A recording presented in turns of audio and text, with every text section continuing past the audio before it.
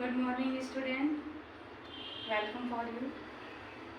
मैं पुनः अपनी इस क्लासेस में आपका वेलकम करती हूँ और हम अपने टॉपिक पर आते हैं। अभी पिछले ही मैंने लेक्चर में पार्ट 1 शिक्षा विधि के कुछ महत्वपूर्ण तथ्यों पर फोकस किया, जिसमें मैंने आपको बताया कि आगमन विधि, निगमन विधि, लेक्चर विधि, संश्लेषण विश्लेषण विधि क्या है।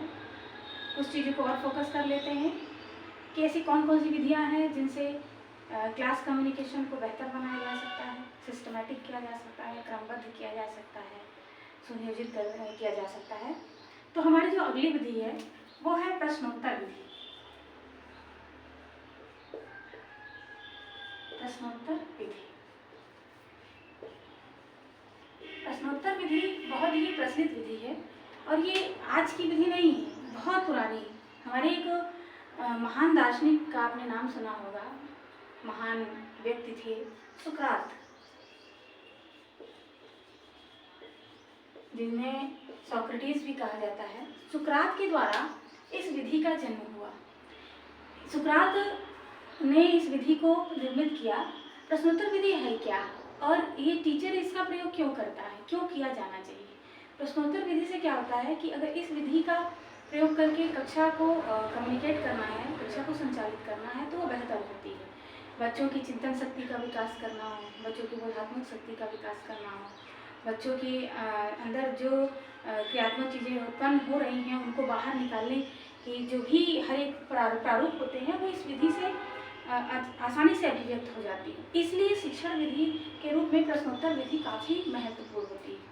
ध्यान ये दिया जाना चाहिए कि बच्चों के सामने जो प्रश्न पूछे जाएं या बच्चा जो प्रश्न पूछ रहा है, प्रश्नों की तारतम्यता, क्रमबद्धता इत्यादि चीज़ों को ध्यान में रखा जाए। शिक्षक जब प्रश्न पूछते हैं बच्चों से तो प्रश्नों की शैली, प्रश्नों की भाषा, इन सब चीज़ों को ध्यान रखते हुए जो है हम अपने शिक्षण कार्य को बेहतर बना सकते हैं। प्रश्नोत्तर विधि से कक्षा का कम्युनिकेशन, कक्षा का इंटरेक्शन, टीचर और छात्र के बीच में इंटरेक्शन वो अच्छा होता है, उत्तम होता है। इसलिए इस विधि से सिर्फ शिक्षक का ही नहीं बल्कि छात्र का भी पूरी तरीके से व्यक्तित्व में जो है आप कह सकते हैं कि एक बेहतर परिवर्तन किया जा सकता है और क्लास को रोचक, सरल और बोधगम्य बनाया जा सकता है। तो ये रही आपकी प्रश्नोत्तर विधि। अब प्रश्नोत्तर विधि के बाद एक विधि आती है करके सीखना, लर्निंग बाय डूइंग। इसके बारे में सबने सुना हुआ है। करके सीखना, जाहिर सी बात है कि करके सीखने में बहुत सारे दार्शनिकों ने, मनोवैज्ञानिकों ने, बहुत सारे लोगों ने इसको काफ़ी प्रासंगिक माना, काफ़ी प्रचलित माना, क्योंकि कहा कि यदि बच्चे स्वयं से अपने अनुभवों द्वारा यदि कोई चीज़ सीखते हैं तो वो नॉलेज बिल्कुल सॉलिड होता है। करके सीखना पर बहुत सारे लोगों ने अपने प्रमाण प्रस्तुत किए, जैसे रूसो है, डीवी है, मारिया मॉन्टेसरी है, फ्रॉबेल है। सबने इस विधि को एक लाभकारी विधि माना और कहा कि वर्तमान समय में भी शिक्षक को कक्षा में बच्चों को ऐसी विधियों से सीखने के लिए प्रेरित करना चाहिए। इससे बच्चे की ज्ञानात्मक, भावात्मक और मनोक्रियात्मक पक्ष तीनों विकसित होते हैं और जब तीनों पक्ष मजबूत होते हैं तो बच्चा अपने कार्य को, अपनी समस्याओं को खुद ही हल कर लेता है। इसीलिए यह विधि सबसे बेहतर और अधिगम के लिए और अधिगम के द्वारा प्राप्त किए गए ज्ञान और अनुभव के लिए स्थायित्व प्रदान करती है। तो करके सीखना, इसके बारे में बहुत सारे लोगों ने अपनी अपनी बातें दी थी। जैसे रूसो एक मनोवैज्ञानिक थे, एक दार्शनिक थे, प्रकृतिवादी विचारक थे। उन्होंने कहा था कि प्रकृति की गोद में रहकर बच्चा सीखे। मारिया मॉन्टेसरी, फ्रॉबेल सबने छोटे छोटे बच्चों पर इस विधि को प्रतिपादित किया और कहा कि बच्चे स्वयं से सीखें। अगर बच्चा स्वयं से सीखेगा तो बिगड़ी हुई चीज़ों को भी वो बना सकता है, छोटे छोटे चीज़ों को बड़े बड़े रूपों में एक विस्तृत रूप दे सकता है। तो ये हुआ करके सीखना। इसके बाद अगली विधि है अन्वेषण विधि। अन्वेषण, जिसको शोध विधि भी हम कहते हैं, अन्वेषण या शोध विधि। अन्वेषण को अंग्रेजी में ह्यूरिस्टिक मेथड भी कहा गया। और ह्यूरिस्टिक मेथड के बारे में सबसे पहले और इसके बारे में जो कह सकते हैं प्रोपाउंडर के रूप में आर्मस्ट्रॉन्ग, प्रोफेसर आर्मस्ट्रॉन्ग, ये एक वैज्ञानिक थे। इन्होंने इस विधि के बारे में बताया और कहा कि ये एक ऐसी वैज्ञानिक विधि है जिसके माध्यम से बच्चा खुद किसी वस्तु को खोजे और उस वस्तु में किन चीज़ों का कैसे उपयोग करना है वो सारी जानकारी दे। लेकिन इसके लिए आवश्यक है शिक्षक का निर्देशन, शिक्षक का पथ प्रदर्शन।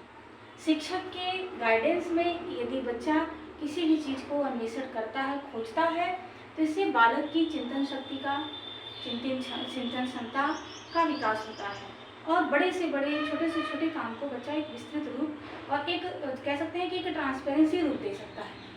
तो अन्वेषण विधि का प्रयोग जो है सबसे पहले विज्ञान के क्षेत्र में होता था, लेकिन आजकल हर जगह इस विधि का प्रयोग हो रहा है। बड़े से बड़े क्षेत्रों में हो रहा है, गणित के क्षेत्र में, विज्ञान के क्षेत्र में, भूगोल के क्षेत्र में इत्यादि। इससे क्या होगा, बच्चा समस्या को समझेगा और समस्या को खुद खोजकर समस्या से जूझेगा और उन समस्याओं का निवारण करने के लिए बेहतर बनेगा। इसलिए क्लासरूम कम्युनिकेशन में अन्वेषण विधि का भी प्रयोग बहुत जरूरी है। एक और विधि है प्रायोजना विधि, प्रोजेक्ट मेथड, जिसको बोलते हैं प्रोजेक्ट मेथड। प्रोजेक्ट मेथड में क्या होता है, प्रोजेक्ट मेथड के बारे में भी बहुत सारे लोगों ने अपनी अपनी बातें की, लेकिन आप लोग कुछ लोगों का नाम जानते होंगे, जैसे कि पैट्रिक हैं और जॉन डीवी। इन सब कार्यों को, प्रायोजना विधि के कार्यों को इन्हीं लोगों ने जो है कि आगे बढ़ाया है और यही लोग जो है प्रायोजना विधि के लिए प्रसिद्ध माने जाते हैं। प्रायोजना विधि का मतलब होता है, यदि इसको हम डिवाइड करें तो प्रायोजना का मतलब पूर्व योजना, यानी बच्चे के सामने जो समस्या आ रही है, बच्चा खुद समस्या को क्रिएट करे, समस्या को क्रिएट करे और समस्या को क्रिएट करने के साथ साथ उन समस्याओं का उन्मूलन वह स्वयं करे। ऐसे बच्चों को तैयार किया जाए। इसलिए बच्चों को बेहतर वातावरण प्रदान किया जाए। शिक्षक का या अन्य वह सभी लोगों का ये दायित्व होता है कि किसी को यदि हमें एक अच्छा स्थायी अधिगम देना है, उसके व्यवहार में वांछित या अपेक्षित परिवर्तन करना है, तो ये जरूरी है कि एक उचित वातावरण बच्चों को या व्यक्ति को दिया जाए। इससे क्या होगा कि बच्चा अपनी समस्याओं को, यदि उसके सामने कोई समस्या क्रिएट होती है तो वो समस्याएं क्रिएट होने के साथ साथ वो समस्याएं अपने आप दूर होना शुरू हो जाएंगी। इसलिए इस पर हमारे प्रयोजनवादी विचारक थे जॉन डीवी, इन्होंने बहुत सारे कार्य किए। उन्होंने कहा कि बच्चे को स्वावलंबी बनाया जाए, बच्चे को सामाजिक बनाया जाए, बच्चे को ऐसा वातावरण प्रदान किया जाए, ऐसा वातावरण दिया जाए कि बच्चा उस वातावरण में रहकर वो हर एक समस्या से रूबरू हो, वो जाने कि ऐसी समस्याओं से कैसे निपटा जा सकता है। इसीलिए आप देखते हैं स्कूलों में छोटे छोटे बच्चों को प्रोजेक्ट वर्क दिए जाते हैं। प्रोजेक्ट वर्क क्या होता है, एक समस्या होती है या कोई ऐसा कोई कार्यक्रम होता है, कोई ऐसा प्रोग्राम होता है या कोई ऐसा एग्जीबिशन होता है, प्रदर्शनी होती है, बच्चों को आयोजित करने के लिए जिम्मेदारी दी जाती है। इससे क्या होता है, बच्चा जब उसको जो जिम्मेदारी दी जाएगी तो बच्चा सक्षम होगा और उस कार्य को करेगा। इसलिए क्लास में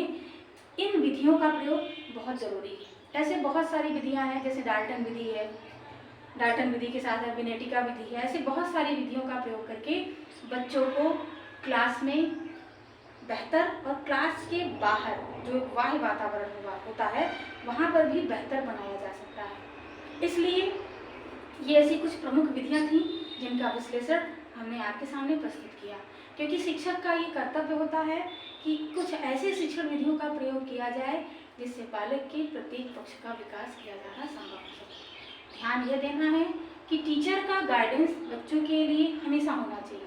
बच्चे को किस प्रकार के वातावरण की आवश्यकता है, किस प्रकार की व्यवस्थाओं की आवश्यकता है, इन सभी चीज़ों पर ध्यान केंद्रित शिक्षक को करना चाहिए। तो ये हमारा शिक्षण विधि का पार्ट 2 भाग था, जिसमें हमने आपको प्रश्नोत्तर विधि, करके सीखना, अन्वेषण विधि, प्रायोजना विधि, डाल्टन विधि, इस तरीके की बहुत सारी ऐसी विधियां हैं जिनका प्रयोग करके शिक्षक कक्षा में बच्चों को मोटिवेट करता है। ऐसे ही दृष्टांत विधि, उदाहरण विधि कि आप देखते हैं कि टीचर बीच बीच में बच्चों को उदाहरण देता है, कुछ दिखाकर बच्चों को बताता है, ताकि क्या होता है कि बच्चों का ध्यान कक्षा में जो टॉपिक शिक्षक प्रस्तुत कर रहा है उस पर एकाग्रचित्त हो सके और बच्चा आसानी से उन चीज़ों को समझ सके और समझने के बाद यदि दोबारा वो समस्या उसके सामने उत्पन्न होती है उन समस्याओं का निवारण कर सके। तो मुझे विश्वास है कि आपको हमारा ये टीचिंग मेथड का पार्ट 2 वीडियो आपको पसंद आया होगा। तो अगर पसंद आया हो तो आप लाइक, शेयर, सब्सक्राइब और कमेंट ज़रूर करिए। नमस्ते।